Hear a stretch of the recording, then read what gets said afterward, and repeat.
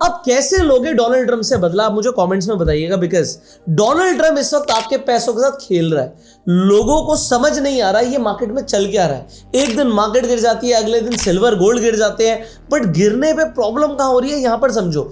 Volatility कितनी ज्यादा है। सिल्वर अभी जिस वक्त मैं वीडियो बना रहा हूं लगभग 3.4% डाउन है, बट सिल्वर का ETF यहां पर देखो 11% डाउन, 11% डाउन। सिल्वर 3% गिरी तो ETF 11% कैसे गिर सकता है? नहीं, 11% नहीं गिरा है, ये तो आपको गलत फहमी हुई है।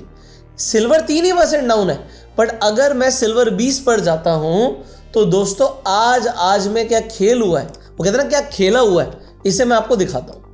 मार्केट कल जहां पर क्लोज हुई, सिल्वर का ETF कल जहां पर क्लोज हुआ, उसके बाद देखिए इसने लो कितना बनाया, लगभग 20% का। 20% ETF एक दिन में गिर गया।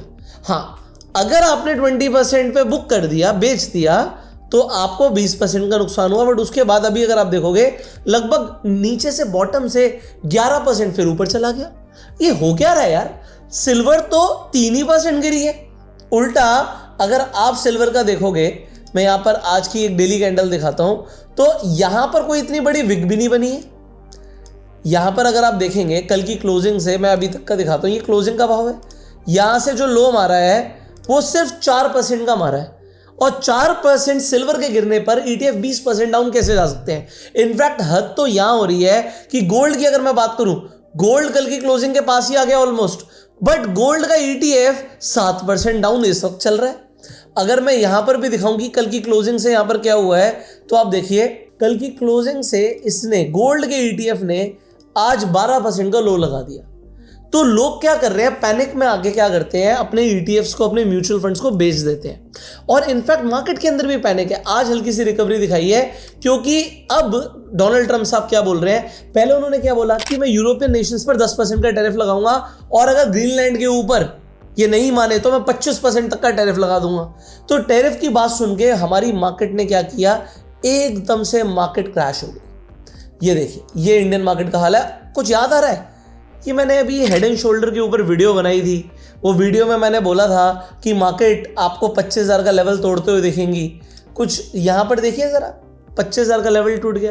अच्छा, कई लोग कमेंट कर रहे थे कि ऐसा नहीं होगा या ऐसा कुछ नहीं है, कमेंट्स पढ़ लेना लोगों के जाके, पर फिर भी मैंने आपको बताया था कि यहाँ से लेकर यहाँ तक ये लगभग अगर आप देखोगे 700 पॉइंट्स का फॉल है, तो 700 पॉइंट्स यहाँ से भी आपको मार्केट गिरती हुई दिखेंगी, जो कि एग्जैक्टली टारगेट अचीव वाली बात हो गई है। Anyways, it was not a recommendation, just a chart pattern जो मैंने देखा था। बट यहाँ पर मैं आपको बता रहा हूँ कि हमारी मार्केट के अंदर भी पैनिक दिख रहा है। ये पैनिक क्यों आ रहा है? क्योंकि सबसे पहले डोनाल्ड ट्रंप ने बोला कि वो ग्रीनलैंड लेकर रहेंगे। There's no rare earth, no such thing as rare earth. There's rare processing, but there's so much rare earth, and this to get to this rare earth, you got to go through hundreds of feet of ice. That's not the reason we need it. We need it for strategic national security and international security. This enormous unsecured island is actually part of North America, on the northern frontier of the Western Hemisphere. That's our territory. But अब बात समझिए, अब हो क्या रहा है, अब एक नया सेंटिमेंट शुरू हो गया, दैट इज सेल अमेरिका। अब सेल अमेरिका के ऊपर मैं अलग से वीडियो बनाऊंगा, अगर आप लोग कमेंट करेंगे कि ये है क्या। बेसिकली जो यूरोपियन नेशंस है, वो जो बॉन्ड्स हैं उनके पास, US बॉन्ड्स, उन्हें बेचने की बात कर रहे हैं, और लगभग 8 से 10 ट्रिलियन डॉलर के बॉन्ड्स हैं। अगर उन्होंने बेच दिया तो अमेरिका खत्म हो जाएगा, मैं आपको बता रहा हूँ। सो अमेरिका के ऊपर जो कर्जा है, 35 ट्रिलियन का कर्जा इस वक्त भी अगर मैं दिखाऊंगा आपको, सो ये देखिए, I am taking my words back, 38 trillion dollar का कर्जा। तो ये कर्जा बढ़ता जा रहा है, और अगर डेट बेचे गए तो डेट की रीपेमेंट करनी पड़ेगी, और रीपेमेंट करनी पड़ेगी तो और ज़्यादा नोट प्रिंट करने पड़ेंगे, और उसके लिए फेड के चेयरमैन से जाके बात करनी पड़ेगी, और वो तो अगेंस्ट बैठे ट्रम्प के। तो बहुत कुछ गड़बड़ हो रही है, और ये गड़बड़ का माहौल अभी कुछ शांत कैसे हुआ, क्योंकि जैसे यूरोपियन नेशन ने बोला हम बेच देंगे अमेरिका, सेल अमेरिका मतलब हम तुम्हारे बॉन्ड्स बेच रहे हैं, तो हुआ क्या, ट्रम्प ने आके बोला हाँ हमने बात करी है, तो अभी के लिए टैरिफ्स नहीं लग रहे हैं यूरोपियन नेशंस पर, इसलिए मार्केट्स ने रिकवरी दिखाई है। बट देखो, अभी भी सिचुएशन अच्छी नहीं है। अब अगर सिचुएशन अच्छी नहीं है तो व्हाट कैन हैपन, इसे आपको समझने की जरूरत है। अब जब भी मार्केट क्रैश होती है, वही पुरानी कहानी रिपीट होती है। इन्वेस्टर्स पैनिक करते हैं, न्यूज चैनल शोर मचाते हैं और पोर्टफोलियो आपको आपके लाल दिखाई देते हैं। पर सच तो यह है कि मार्केट क्रैशेस वेल्थ डिस्ट्रॉय नहीं करते। क्रैश के वक्त लिए गए गलत डिसीजंस आपकी वेल्थ को डिस्ट्रॉय करते हैं। आपको समझना पड़ेगा कि अगर मार्केट क्रैश आ रहा है तो करना क्या है। आज मैं आपको ऐसे 3 रूल्स बताऊंगा जो अगर आपने इग्नोर करे तो आपको बड़ा नुकसान हो सकता है। तो आपको इग्नोर नहीं करने हैं रूल्स। रूल नंबर 1, वॉलेटिलिटी और फेलियर के बीच का फर्क समझिए। मार्च 2020 याद है, जब मार्केट गिरा था तो डर के मारे इंडियन इन्वेस्टर्स ने म्यूचुअल फंड से हजारों करोड़ रुपए निकाल लिए थे, लेकिन कुछ ही मंथ्स में मार्केट ने नए हाइस को टच किया। याद रखिए, मार्केट गिरने का मतलब ये नहीं है कि आपका इन्वेस्टमेंट फेल हो गया, बस प्राइसेस एडजस्ट हो रहे हैं। लॉन्ग टर्म वेल्थ वॉलेटिलिटी से बचने से नहीं, उस वॉलेटिलिटी को सर्वाइव करने से बनती है। अब रूल नंबर 2 को समझिए, liquidity is more important than predictions. ज्यादातर लोग पैनिक में इन्वेस्टमेंट इसलिए नहीं बेचते क्योंकि मार्केट पर भरोसा नहीं है, बल्कि इसलिए बेचते हैं क्योंकि उन्हें कैश की अर्जेंट जरूरत होती है। अब देखिए, मिडिल क्लास फैमिलीज में तो खर्चे आते रहते हैं, चाहे वो मेडिकल एक्सपेंस हो या फिर जॉब अनसर्टेनिटी हो। जब भी इमरजेंसी आती है तो इन्वेस्टमेंट बेचना सबसे ईजी लगता है और यही सबसे बड़ी गलती है। तीसरा रूल आपको समझना है कि आप क्रैश के टाइम में बोरो कर सकते हो, बेचने की जरूरत ही नहीं है।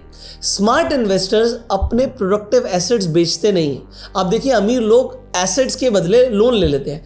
अगर पैसों की जरूरत है तो एसेट्स के अगेंस्ट में आप बोरो कर सकते हैं।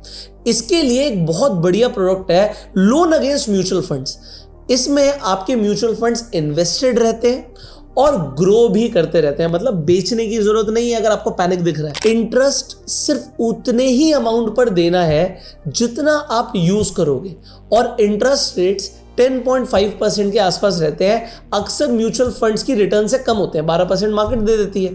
तो वोल्ट मनी एक सिंपल सॉल्यूशन है। इंडिया में वोल्ट मनी स्पेस में मार्केट लीडर है, 50% से ज्यादा शेयर है उनके पास। इनका प्रोसेस पूरी तरह डिजिटल है। अगर आप 10,000 से 5 करोड़ तक का लोन चाहते हैं तो वोल्ट मनी पर जा सकते हैं। इंटरेस्ट रेट जैसे मैंने बताया 10.49% है और डिसबर्सल इंस्टेंट होता है। सबसे अच्छी बात क्या है कि इसमें कोई मंथली प्रिंसिपल रीपेमेंट का प्रेशर नहीं आता। याद रखिए, जो मार्केट में क्रैश होते हैं टेम्परेरी होते हैं, बट अगर आपने एग्जिट कर दिया तो ये परमानेंट डैमेज हो जाएगा। मतलब अगर आपने एग्जिट कर दिया तो फिर क्या है, लॉस बुक हो गया ना। तो लॉस बुक नहीं करना। अगर आपको दिख रहा है आपका पोर्टफोलियो नीचे जा रहा है तो आप उसके अगेंस्ट में लोन ले सकते हो। ये फीचर अभी तक हो सकता है आपने एक्सप्लोर ना किया हो, बट आप वोल्ट मनी पर जाके इस फीचर को एक्सप्लोर कर सकते हो। आपको लिंक डिस्क्रिप्शन और पिन कमेंट में मिल जाएगा वोल्ट मनी का। आपको मार्केट प्रिडिक्ट करने की जरूरत नहीं है, बस सर्वाइव करने का एक प्लान चाहिए। अगर आप म्यूचुअल फंड्स में इन्वेस्टमेंट करते हैं तो डिस्क्रिप्शन में जो मैं लिंक दे रहा हूं उससे जाके अपनी एलिजिबिलिटी जरूर चेक करना। भैया आपने SIP कर रखी है तो एक बार चेक करो कि आपको कितना लोन मिल सकता है, बुरे वक्त पर कितना पैसा आपके पास होगा। तो 15 सेकंड लगेंगे। तो डिस्क्रिप्शन में जो मैं लिंक दे रहा हूं उसे यूज करेंगे तो आपको 250 रुपए तक का फ्लैट डिस्काउंट मिल जाएगा, जो आपको प्रोसेसिंग की 1 टाइम फीस लगेगी। अब वो चाहे आप 3 साल तक का भी लोन लेंगे तो प्रोसेसिंग फीस सेम ही है। बट गलत डिसीजन से बचिए। आज ही वोल्ट मनी पर जाकर चेक कीजिए कि आपको कितना लोन मिल सकता है। सो लिंक वोल्ट मनी का डिस्क्रिप्शन और पिन कमेंट में है। फाइनली, अब जब आप इस तरीके का क्रैश देखते हो कि भाई ETF इतने ज्यादा गिर गए तो क्या करना है। अगेन, ETF गिरे, म्यूचुअल फंड गिरे तो आपको बेचना नहीं है, पैनिक नहीं करना। अगर पैसे की जरूरत है तो लोन लेके भी बचा जा सकता है, ये समझना हमें जरूरत है। फाइनली, जब भी मार्केट के अंदर एक पैनिक सिचुएशन होगी आपको ना इस तरीके से दिखेगा, जो प्रीमियम्स है बहुत जल्दी खत्म होते हैं। बट अभी भी क्या गोल्ड और सिल्वर की तेजी खत्म हो चुकी है? क्या यहां से गोल्ड 2 लाख नहीं जाएगा? We do not know. But yes, अभी सिर्फ एक रेड कैंडल देख के मैं ये नहीं बोल सकता कि गोल्ड में तेजी खत्म हो गई है। मैं एक दिन की निफ्टी के अंदर रिकवरी देख के ये भी नहीं बोल सकता कि निफ्टी यहां से रिकवर करेगी। सो आप लोगों को ये समझना है, panic can still be there. Panic आगे भी रह सकता है, बट अगर आपने एक बार भी अपना पोर्टफोलियो बेच दिया, आप मार्केट से बाहर हो गए, लॉस आपने बुक कर लिया।